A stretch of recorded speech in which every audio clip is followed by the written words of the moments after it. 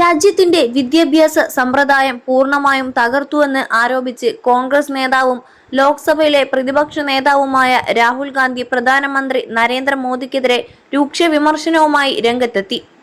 വിശ്വഗുരു എന്ന് അവകാശപ്പെടുന്ന സർക്കാരിന് ഒരു പരീക്ഷ പോലും കൃത്യമായി നടത്താൻ കഴിയുന്നില്ലെന്നും അദ്ദേഹം പറഞ്ഞു. രാജ്യത്തെ സർവകലാശാലകളിലേക്കുള്ള ബിരുദ പ്രവേശനത്തിനുള്ള CUT UG 2026 പരീക്ഷ ഇന്ന് നടന്നപ്പോൾ ചില കേന്ദ്രങ്ങളിൽ സാങ്കേതിക തകരാറിനെ തുടർന്ന് വൈകിയിരുന്നു. ഇതിന് പിന്നാലെയാണ് രാഹുലിന്റെ പ്രതികരണം. നാഷണൽ ടെസ്റ്റിംഗ് ഏജൻസിയാണ് തകരാർ സംബന്ധിച്ച വിവരം പുറത്തുവിട്ടത്.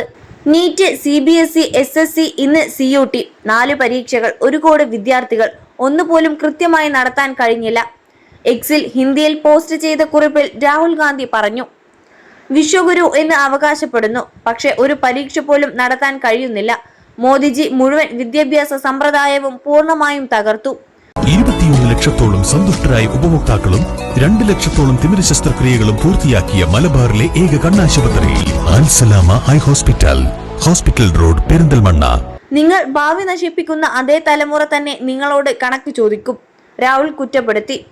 CBSE പരീക്ഷയിലെ പിഴവിൽ പ്രധാനമന്ത്രിയുടെ മൗനവും വിദ്യാഭ്യാസ മന്ത്രിക്കെതിരെ നടപടിയെടുക്കാത്തതും വിമർശിച്ച രാഹുൽ, സർക്കാരിന്റെ നിലനിൽപ്പിനെക്കുറിച്ച് മാത്രമാണ് മോദിക്ക് കരുതലെന്നും ലക്ഷക്കണക്കിന് വിദ്യാർത്ഥികളുടെ ഭാവിയെക്കുറിച്ച് ആശങ്കയില്ലെന്നും ഇന്നലെയും ആരോപിച്ചിരുന്നു.